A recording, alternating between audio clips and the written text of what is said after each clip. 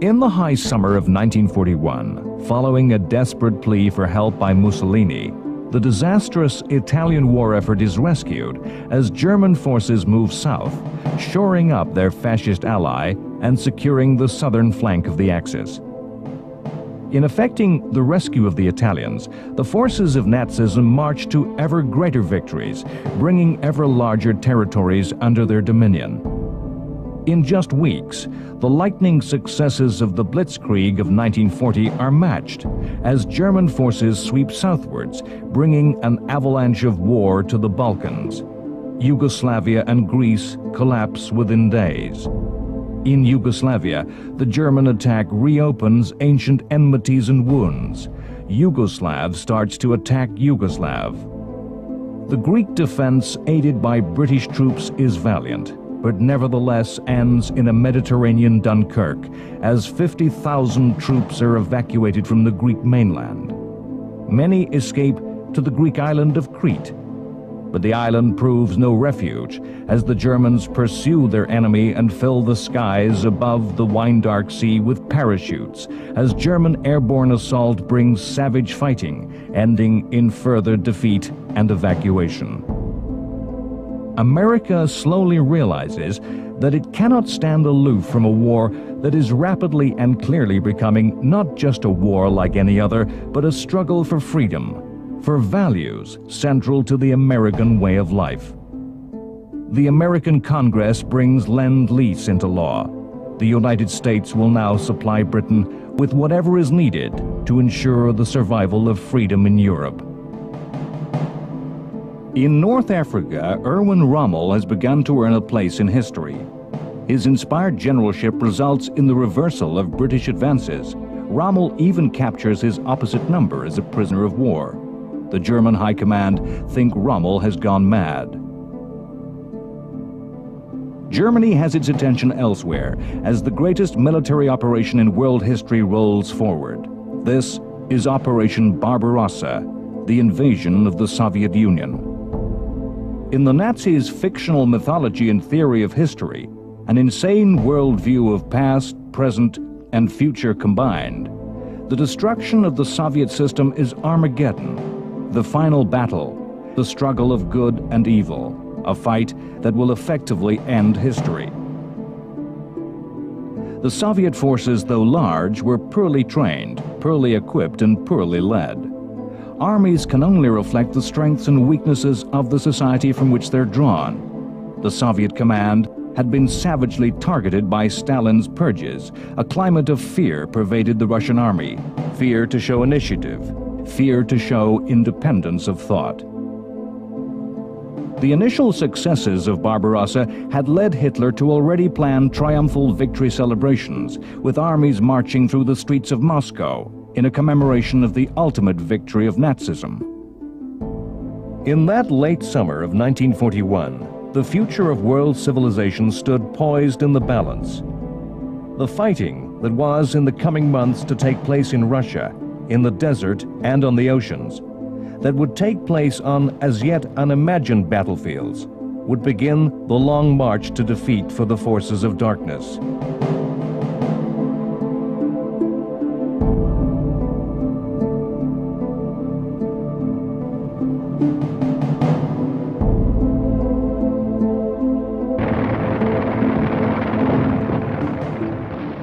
The summer countryside of Russia was ideal for armored warfare, a war of vast spaces, limitless horizons, with no natural obstacle to aid a defender.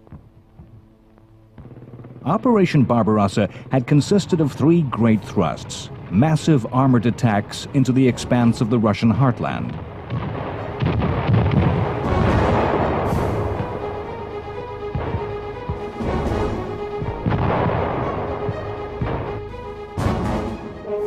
in the first month of Barbarossa, hundreds of thousands of prisoners of war were taken by the Nazis as the three-pronged attack began.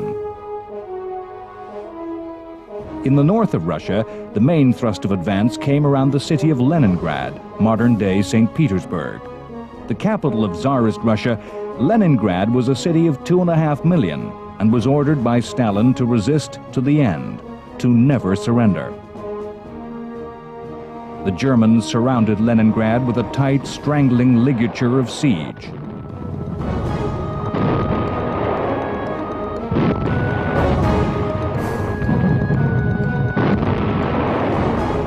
The necessity of war can make desperate alliances possible. In 1939, the Soviet Union had cynically used its size to bully and invade its neighbor Finland. When Germany had attacked the USSR, the Finns knew that in alliance with Germany lay their only chance to avenge that defeat and regain their lost lands.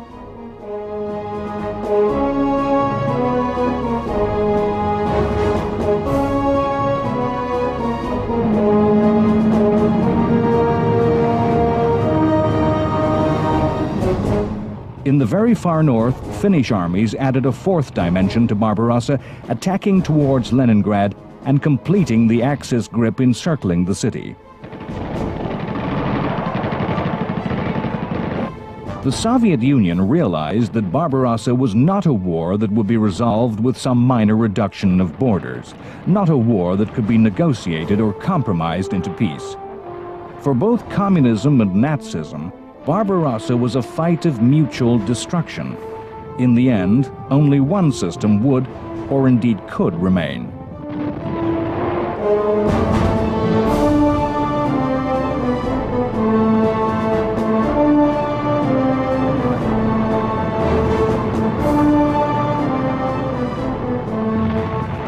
Stalin called on the Soviet people to fight what he called a great patriotic war.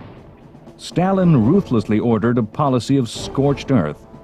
Before the advancing Germans, the retreating Russians were to demolish the very fabric of the country, destroying buildings, burning crops, cities and towns. Destroying or taking away anything that would be of the remotest value to the invader. Whole factories and industries which were necessary to the Russian war effort were dismantled piece by piece and moved across the immense distance of the Soviet Union to the east of Moscow, from Europe into Asia, beyond the Ural Mountains to the depths of Siberia.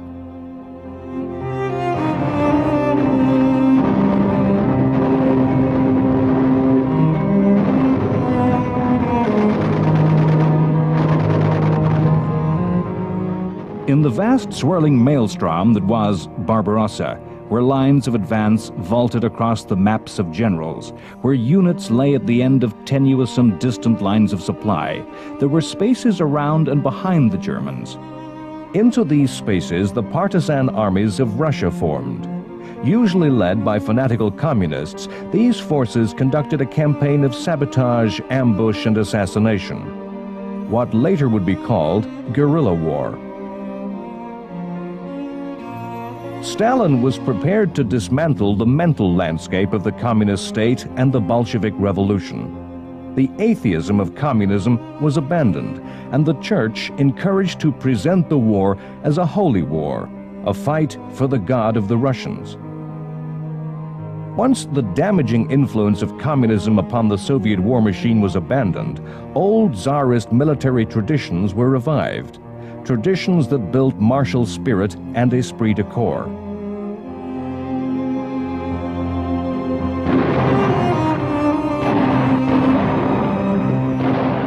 In the south of Russia, the German advance pushed on, deep into the black soil region of the Ukraine. This was an attack upon both the agricultural wealth and the southern industrial cities of the Soviet Union, towards cities such as Stalingrad. After just 1 month of fighting in the east, the Germans were already planning a triumphal victory procession through the streets of Moscow, to take place in late August. Hitler had stated that Germany's aim in the east should be, firstly to rule, secondly to administer, thirdly to exploit. Hitler believed his enemies beneath contempt as both communists and as Slavic peoples. Hitler abandoned the rules and conventions of war for Barbarossa. The German army was given orders to shoot dead anyone in the east who opposed them. Moscow and Leningrad were to be systematically razed, wiped from the map, the inhabitants annihilated or driven out by starvation. The Germans were to institute a giant program of what would in later years come to be called ethnic cleansing. The Nazi General Plan East envisaged vast movements of population, with German peoples moving into territories freed by the removal of the existing inhabitants. In the wake of the advancing German armies came the first of the Einsatzgruppen, special squads of the SS dedicated to the calculated methodical elimination of Jews.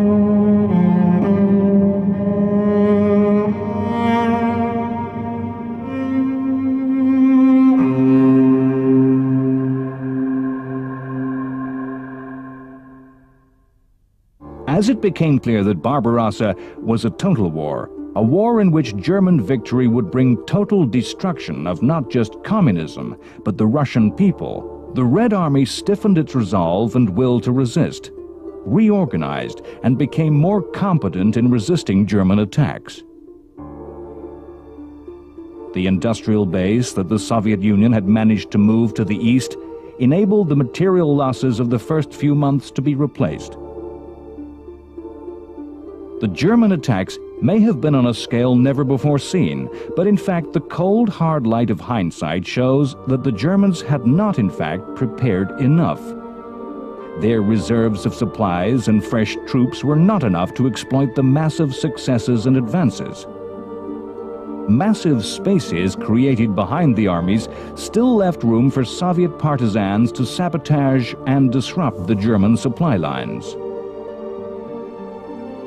As the year progressed, as September passed to October, rains which turned roads to mud further hampered and slowed the Nazi advance. In spite of this increasing resistance, Hitler still chose to gamble with the thin and shallow reserves of German strength. He ordered that the war should be brought to an end in 1941. In October, he ordered that the final attack should be made upon the Soviet capital Moscow, a thrust straight to the heart of Soviet power.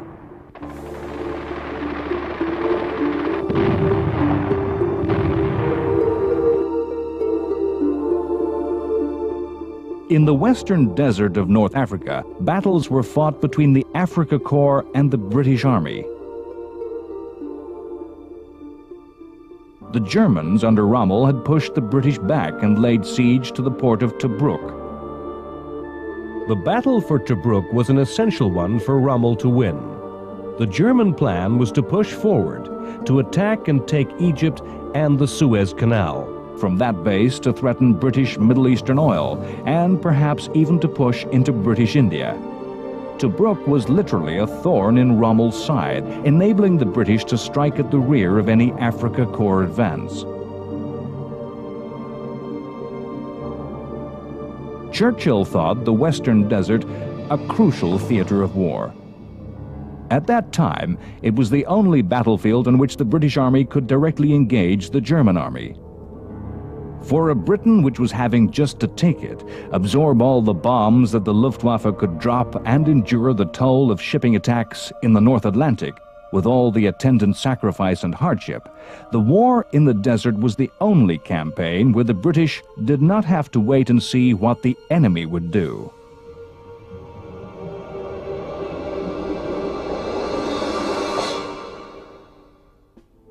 Churchill bombarded the commanders of his force in the Middle East with instructions and suggestions.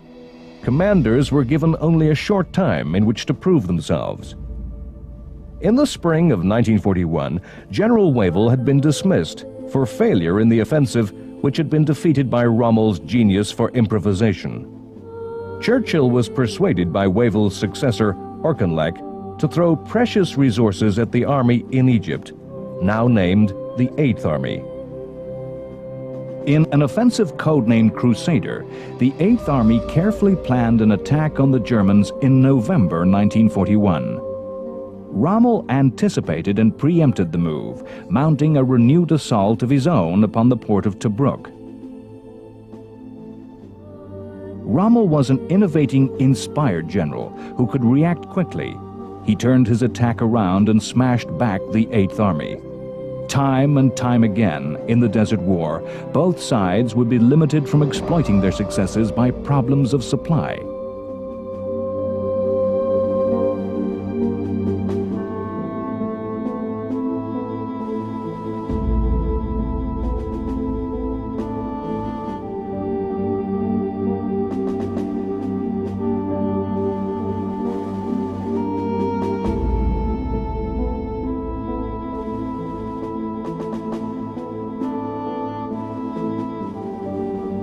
Rommel could not pursue the British, and once more the two armies fell back to regather their strength. The Germans returned to the siege of Tobruk. The British, under yet another new general, considered their plan of action. With German involvement in the Mediterranean, the German supply lines were becoming stronger. Soon, Rommel would be capable of a push that would place Britain's future in the war in jeopardy.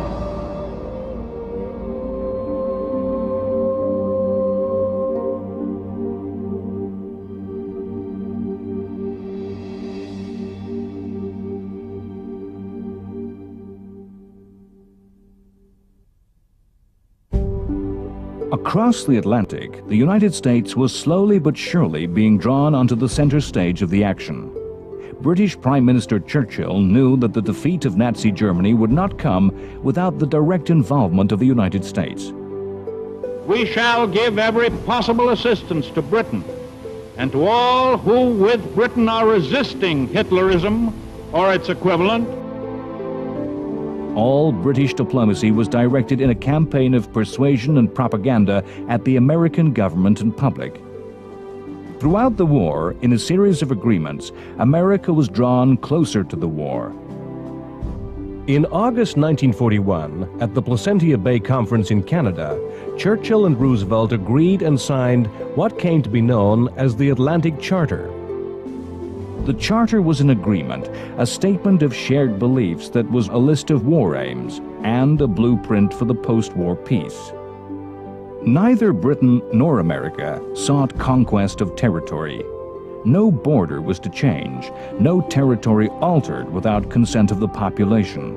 All peoples have the right of self-government restored. After the war, all states would have the right to economic resources for prosperity. All countries were to collaborate for international prosperity. After the destruction of Nazi tyranny would be the establishment of a lasting peace. There was to be freedom of the sea. All nations were to abandon force. Despite the shared aspirations of the Atlantic Charter, America was still legally a neutral country, with many of its citizens wanting their country to stay firmly out of any foreign war. Yet the legally neutral U.S. was already fighting an unofficial war against the German Navy, the Kriegsmarine, and its force of U-boats in the Atlantic. The Battle of the Atlantic was not a naval battle in the conventional sense, some climactic struggle, an engagement where all forces met together and a war could be won in a day or in an hour.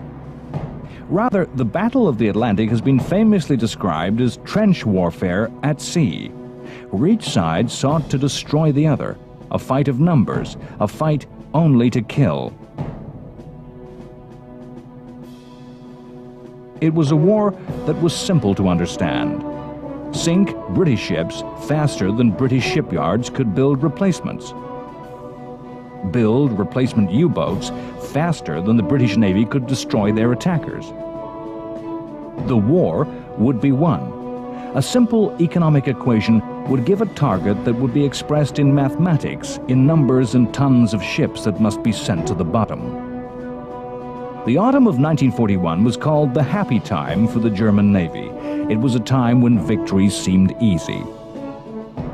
Once France had fallen and the whole Atlantic coast of Europe stood free for Axis use, when the isolationist sentiment of the United States was strong, the simple target was to sink between 600 and 750,000 tons of British-bound shipping per month.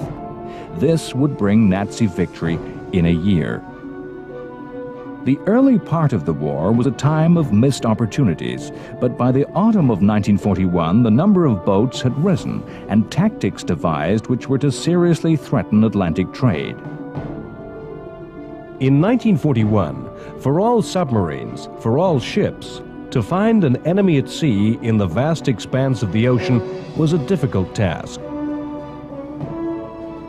Radars were primitive, not yet perfected for use at sea.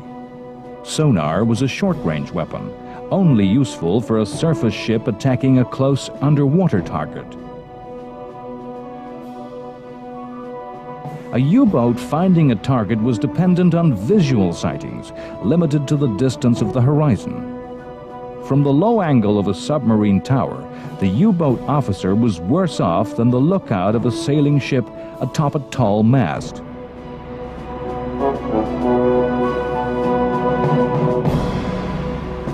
The convoy system that grouped merchant vessels together under the protection of warships was an old tactic that dated from the days of sailing navies. It had defeated the U-boat in World War I. It not only meant that the attacker would have to fight warships, the convoy system meant that targets were harder to find. A convoy of 30 ships closely grouped together was harder to find than 30 individual ships strung out across the shipping lanes of the ocean. The United States Navy escorted convoys halfway, effectively doubling the number of ships available to deter the enemy.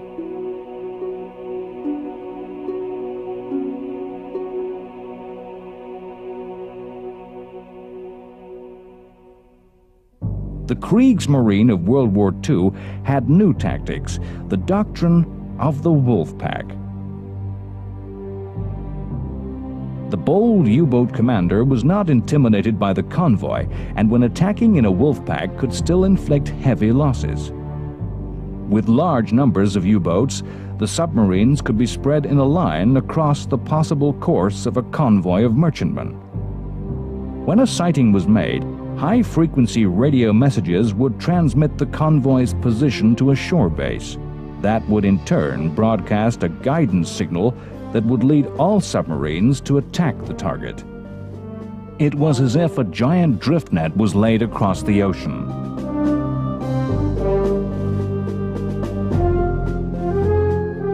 A U-boat making first contact would silently, discreetly shadow the merchant ships, sending the signals to gather the other members of the wolf pack. The attack would be made at night. The commanders of U-boats needed courage to stealthily approach the convoy in the darkness, trying to pass through the screen of escorts, closing to perhaps within 600 meters before firing.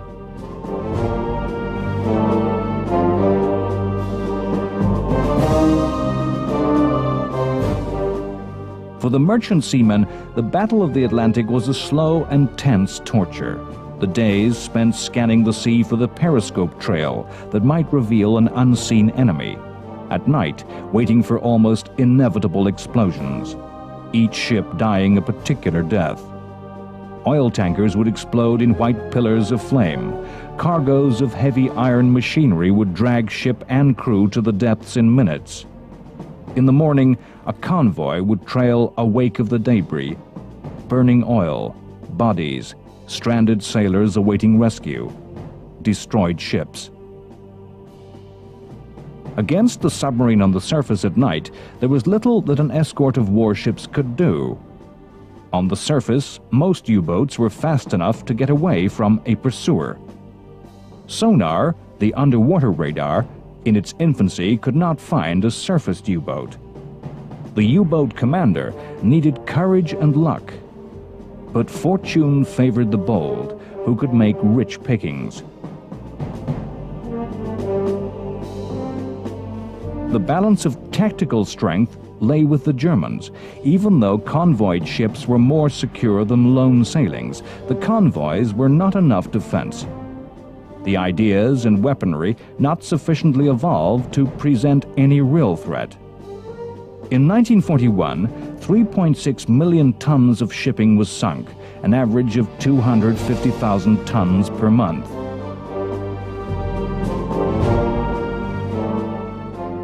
The North Atlantic was a hard, unforgiving environment, with savage weather and bitter storms, water in which men survived for minutes, tempests which battered and exhausted men on both sides, men in a state of constant alert.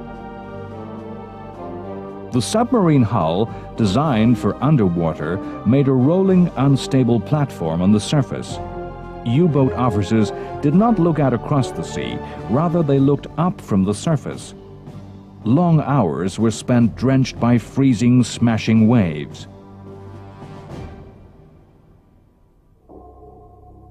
The danger lay when escorts found a U-boat on the surface or locked on with sonar.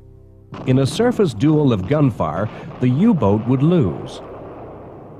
If submerged and targeted by sonar, the U-boat crew had to endure the terror of depth charging, when crews would stand in complete silence, listening to the sonar beam pinging their hull, hearing the swish of propellers. The very skin of sailors and the hull of the boat as one, the slightest knock to either causing a paroxysm of fear.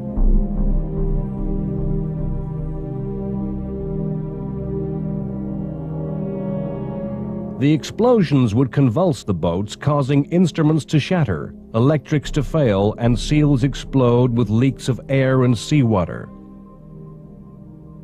Attacks could last for a day.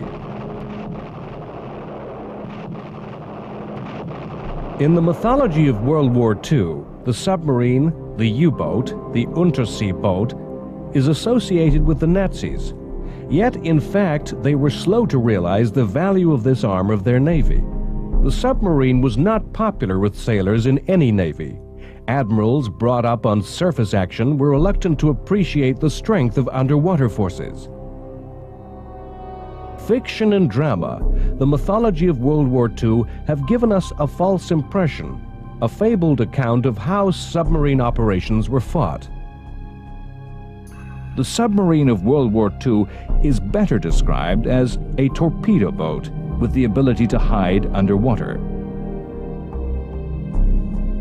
The submarine, as a capital warship, able to operate independently, submerged for many months, with as high a speed as surface ships, with as high a speed above as below the surface, able to operate at extreme depths, with weapons capable of striking from extreme ranges, was in 1941 a weapon of the future. Although the U-boats were enjoying successes, they had their great weaknesses, which were to be exploited. The World War II U-boat came to the surface to attack, was slow when underwater, could only travel submerged for a short time, and was forced to regularly surface to recharge batteries. When surfaced, its light armament made it an easy target. When a wolf pack was summoned to gather around a convoy, their voyages into position had to be made at high speed on the surface, otherwise a convoy could not be caught. A major weakness of the U-boat, which would be exploited, was its vulnerability to air attack. The British and the Americans realized the value of air protection for convoys. In 1941, the British occupied Iceland to extend the range of air patrols to the mid-Atlantic. Special radars were developed, which could be mounted on aircraft, which, coupled to powerful searchlights, meant that the submarine was not safe on the surface at night.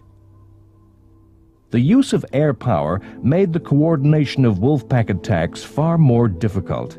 The U-boat's frequent periods on the surface became a hell of tension, times of constant restless alerts, with sudden attack, panics, and emergency dives.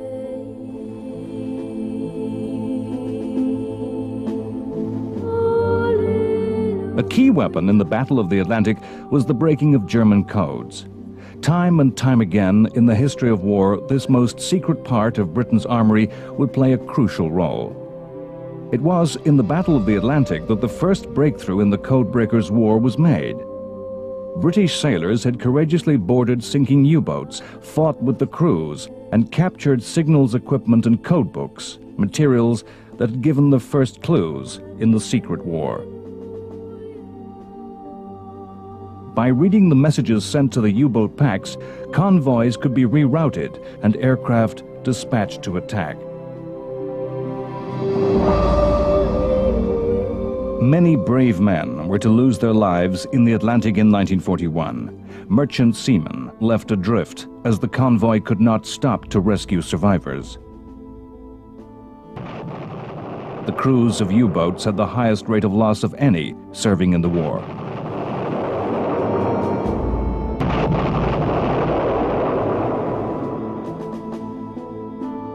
The greatest offense that the British had against the U-boat assault was simply to reverse the weakness, to reverse the vulnerability. Factored into the grim mathematics of the campaign was Britain's pre-war need to import more than 50 million tons of goods each year, from the rare and exotic materials of war to the everyday staple foods of life. By 1941, the British people had cut this figure by more than half, to only 23 million tons. For ordinary people, this meant a strict and severe regime of food rationing, with many favorite foods disappearing altogether. The British people became a nation of small peasant farmers. Livestock were to be found in the backyards of cities and towns. Every tiny scrap of land was turned into a vegetable patch. The agricultural industry began to exploit and wring every gram of produce from the most marginal areas of land. New areas came under the plow. The powers of the state to conscript and direct labor created a land army where workers were directed to work on the farms. The image of grim queues of shortage and the persistent folk memory of the hardships of rationing disguise a historic scientific fact that the population of Britain was, in fact, never so properly fed with the correct dietary balance. The rationing extended to almost every area of life. Private motoring practically disappeared as it became impossible to fuel a car. Some automobiles were converted to gas, with a ballooning comedy gas bag swaying atop the roof. Fashions changed to reflect wartime shortages of fabric. If Britain was turned into a nation of small farmers, it was also turned into a nation of petty criminals. The strictness of state control led inevitably to a black market. When state regulations seemed so absolute and far-reaching, the pressure amongst even the most law-abiding to obtain the smallest luxuries by whatever means possible, with no questions asked, was irresistible. The British people were told time and time again what to do and how to do it, in a barrage of propaganda and public information that permeated every aspect of daily life. In a war for freedom, British subjects became controlled, less free than ever before. Another factor in the algebra of the submarine war was the rate at which ships could replace those sunk. Once again, war provided the stimulus for innovation, and the shipbuilding industry responded by changing design and construction to build more ships more quickly. The product of this innovation came to be known as the Liberty ship. These were mass-produced ships, built by methods more akin to the auto assembly line. The design was British, but modified into practicality by American builders. More than 2,500 were built, sometimes in phenomenally short periods. On one occasion, as short a period as 4 days and 15 hours from laying of keel to launch. The cost and time-saving methods of construction and the use of workers unused to shipbuilding meant that the quality of the ships was sometimes doubtful. Some could just fall apart. But in their vast numbers, they piled the odds against the Axis. In November 1941, the German army was ordered to win the war. to finish off the Russians by capturing the Russian capital, Moscow. This was a gamble. The original planners of Barbarossa had not expected such success to come so soon. The capture of Moscow needed the last desperate effort by German soldiers who had already expended so much. What Hitler was to call the final effort of willpower was a push by troops at the very end of their energy. By the end of November, amidst the snows and mud of the Russian winter, the German armies were within 30 kilometers of Moscow. The city had been evacuated and the Kremlin prepared for demolition, as a preferred fate for the historical heart of Russia. Early in December, the Germans had to end the attack. Exhausted, they hoped for a pause before renewed fighting in the spring. Instead, on December 5th, the Soviet army launched a ferocious counterattack. The German army, unequipped to fight in winter, suffered terrible losses in the deepest cold. The weakness rather than the strength of a dictatorship was revealed. The weakness of a leadership where war was directed by a single will and a single ego. Hitler refused to give ground, refused to order retreat that could save his forward units from encirclement and defeat. In the end, the Germans suffered heavy casualties and were pushed back 300 kilometers from Moscow. Barbarossa ended in the snow before Moscow. There was still much fighting and dying to be done. But the greatest and most telling death in Barbarossa was the myth of German invincibility. An army used to carrying all before it had been defeated. 980,000 men killed, wounded, or captured. Nearly a third of those who started the invasion had been lost.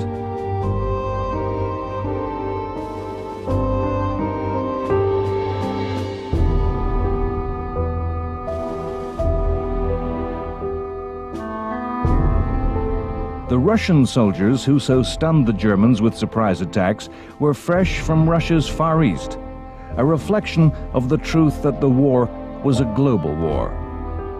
Russia had been able to move these troops across Asia because there was no longer a threat from the Empire of Japan, whose gaze looked another way.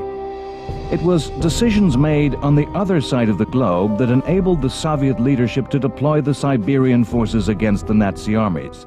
Decisions made in Tokyo, capital of the Empire of Japan. Japan was allied to the fascists of Germany and Italy, but it would be a mistake to say that the three major members of the Axis shared a dominant ideology. Japan shared a theory of racial superiority, shared a militarism which saw armed force as a virtue. However, the prime Japanese policy aim was to supplant the European powers as the dominant political and economic forces in Asia.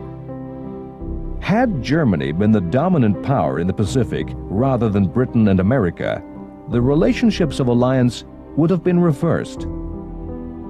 Japan had long harbored ambitions against Soviet territory in the Far East. Japan looked everywhere in the Far East with envious eyes upon the resources of neighboring states, looking to expand to the north through its puppet state of Manchuria, and to the south and east into the Pacific. By late 1941, Japan's envy and ambition was directed only to the south. Japan, in 1941, had been at war for longer than any other of the major powers, fighting a war of conquest in China. Japan's motivation in this expansion was resources. In a circular logic, it fought wars to provide the materials to power its armed forces to fight more wars. Oil, aluminum, tin, rubber were all materials which Japan could not produce. Japan was dependent on imports of food to feed its population. The richest areas of Southeast Asia, the vast rubber plantations of British Malaya, the oil of Indonesia, the vast rice fields of French Vietnam, were all controlled by Europeans. Japan was a militaristic state, dominated by the needs of the armed forces. The Emperor Hirohito believed a god by the Japanese people reigned but did not actually rule. Power lay with a government dominated by generals.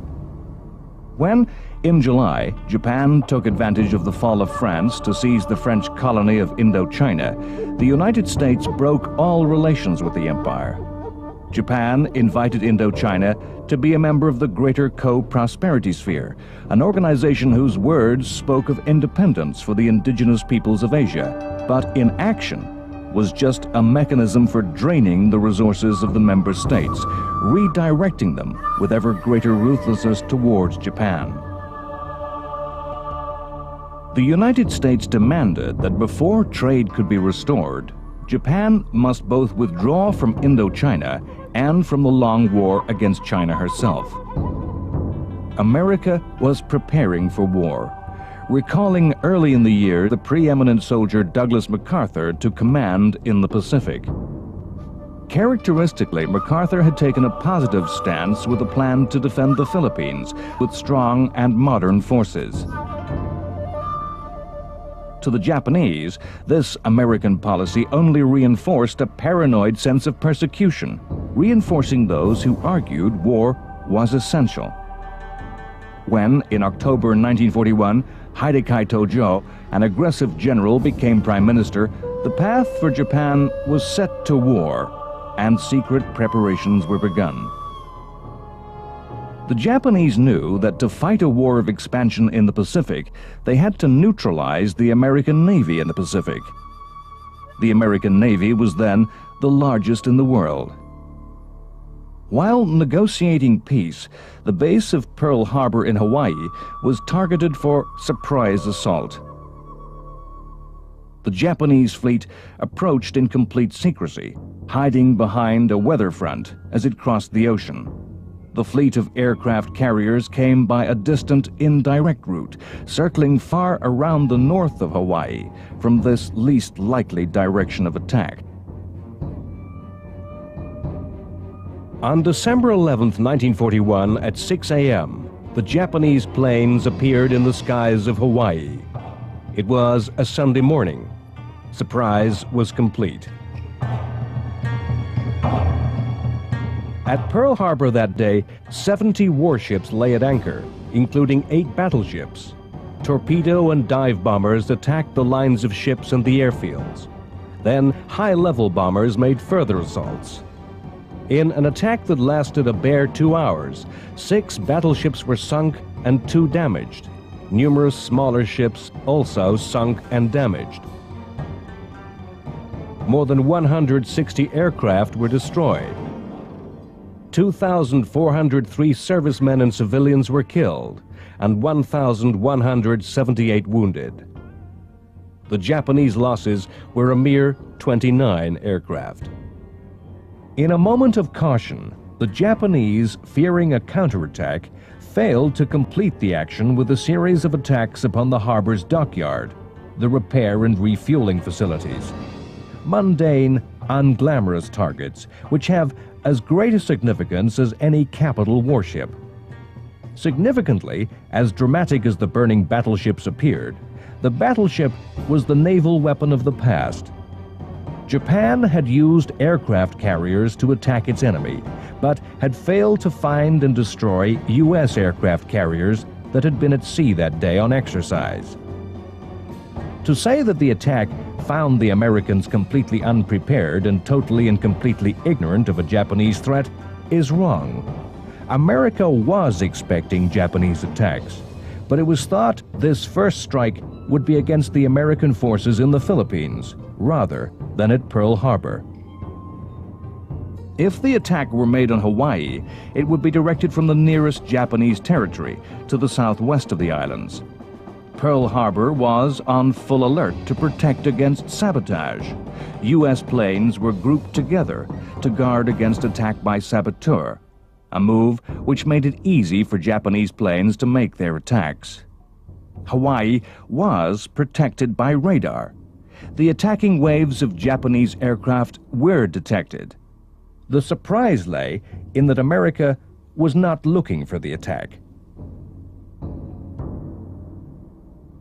As tactics, as a demonstration of the use of stealth and concealment, using the tools of war, Pearl Harbor is a textbook example of stunning victory.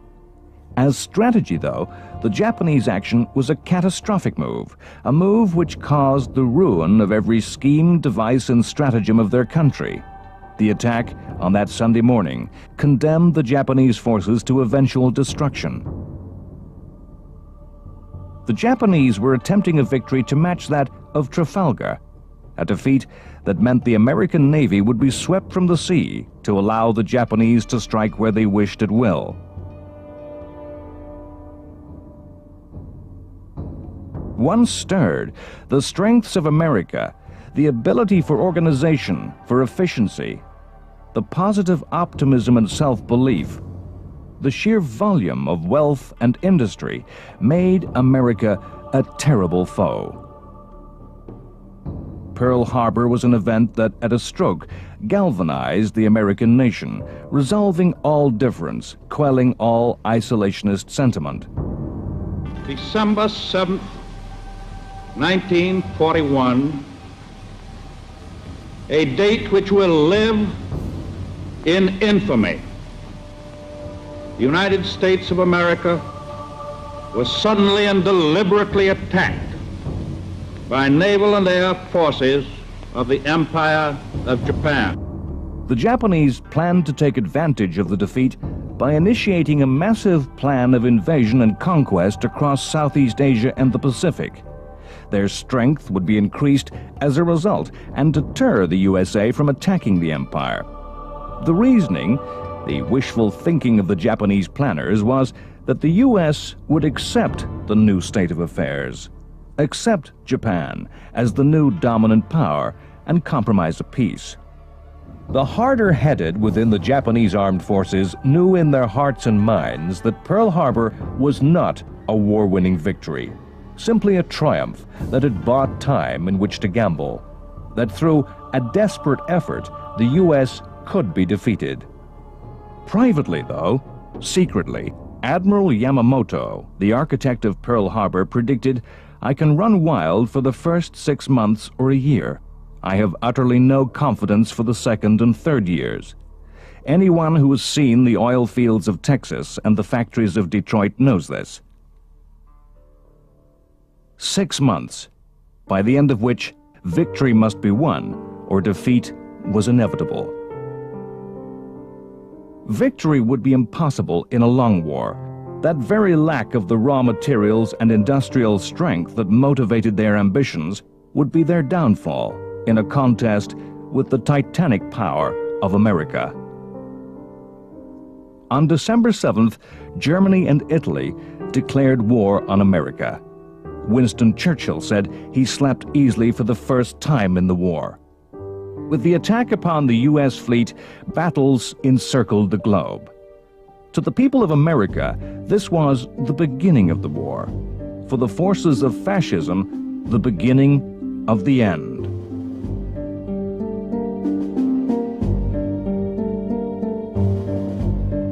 Next time on World War II, The Complete History. The Japanese war effort rolls out across the Pacific. In the precious months bought by the attack on Pearl Harbor, country after country are swamped by a tidal wave of Japanese might. Thousands of troops surrender as Singapore falls in the greatest defeat the British Empire has ever known. The defeat, a catastrophe, a textbook example of military disaster. Douglas MacArthur promises to return as U.S. forces are driven from the Philippines with the capture of thousands of U.S. soldiers. In the seas off Malaya, air forces once again prove the deadly enemy of the mighty battleship as 2 British warships are sunk. In Russia, the German forces endure the severest of winters and thousands of poorly equipped soldiers die of cold. In the spring, the German offensive is renewed, with attacks into the south towards the industrial heart of southern Russia, towards Stalingrad. In the north, Leningrad endures its siege. Russian strength grows, and convoys of supplies fight their way through Arctic seas, bringing the materials of war from the UK and the USA. In Europe, the fighting in the Mediterranean and North Africa reaches new levels with the intensification of the Siege of Malta and the Africa Corps under Rommel mounting ever more threatening operations in the desert. In the skies of Britain and Germany, the war becomes an open conflict of civilizations as each side targets air raids at centers of culture and history. The enemies of the Axis come together to issue the United Nations Declaration. After a few months of conquest and triumph, the worst predictions of saner Japanese minds begin to come true. American bombers appear in the skies above Tokyo. In two titanic naval battles in the Pacific, the tide begins to turn against Japan. At the Battle of the Coral Sea, a stalemate. At the Battle of Midway, American carrier aircraft tear the heart from the Japanese Imperial Navy. And the long, slow endgame of Japan's defeat is already begun.